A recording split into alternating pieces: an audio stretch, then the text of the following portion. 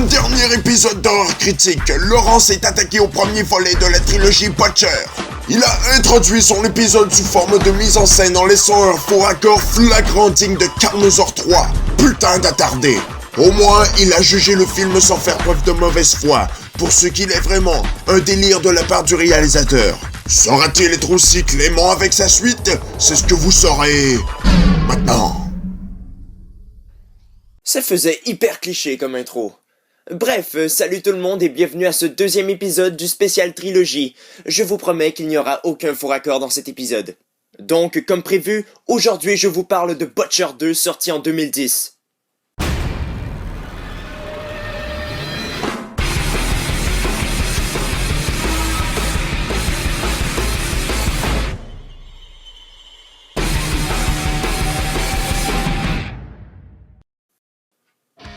Mary-Beth a réussi à s'enfuir vivante du bayou, mais elle apprend un terrible secret sur sa famille.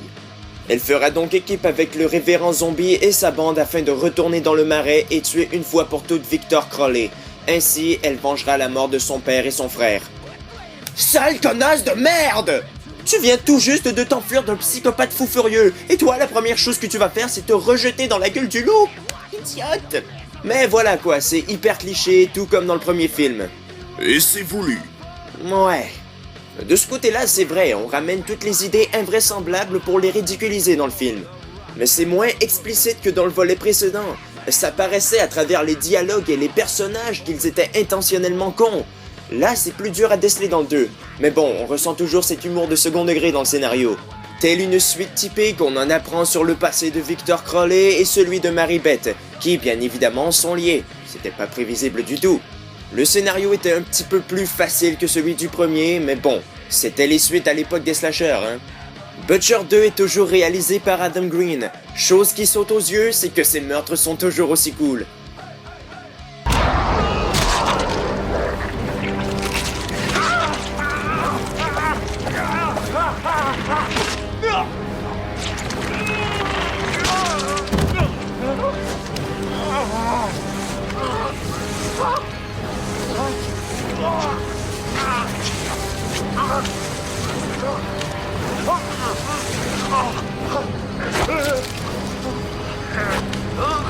Il faut des tripes pour montrer ça. Sauf que comme je l'ai déjà dit, l'ironie de l'intrigue est nettement moins apparente que dans le premier Hatchet. Comme si le film se prenait au sérieux.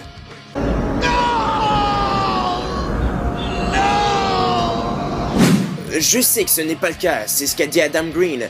Seulement, pourquoi avoir changé le ton du film? Ça avait très bien marché dans le premier, alors pourquoi avoir fait une suite plus sérieuse?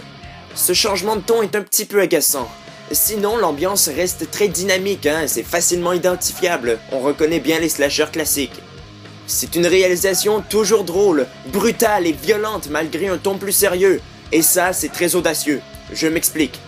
Adam Green a projeté les versions non censurées de son film dans les cinémas, sans l'avoir montré à la censure. Pas fou le gars! Bon, les séances ont été annulées au bout de quelques semaines, mais quand même! On note plein de références aux grands classiques du genre, Vendredi 13, Massacre à la tronçonneuse, même Frozen, le film d'Adam Green. Ouais, il est un petit peu à but de sa personne. Le jeu des acteurs. On a Danielle Harris en premier plan, elle reprend le rôle de Mary-Beth, remplaçant ainsi Tamara Feldman. Perso, je la trouve nettement meilleure. Et nettement plus jolie aussi. Tony Todd est également de retour avec un rôle plus important que dans le premier, et ça c'est cool. Sinon, on peut également noter la présence de Tom Holland. Ouais, le mec est meilleur réalisateur qu'acteur, disons. Puis les effets spéciaux sont bien gore, tout comme dans le premier Butcher.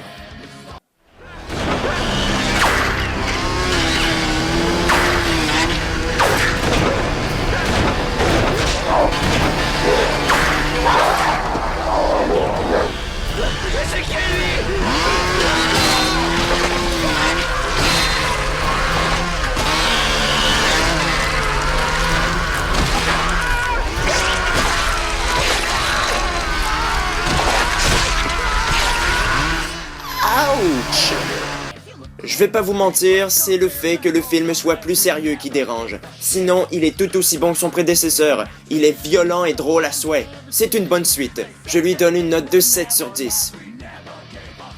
Mais qu'en sera-t-il de Butcher 3 ? C'est ce que vous saurez dans le prochain épisode qui conclura le spécial trilogie. Salut!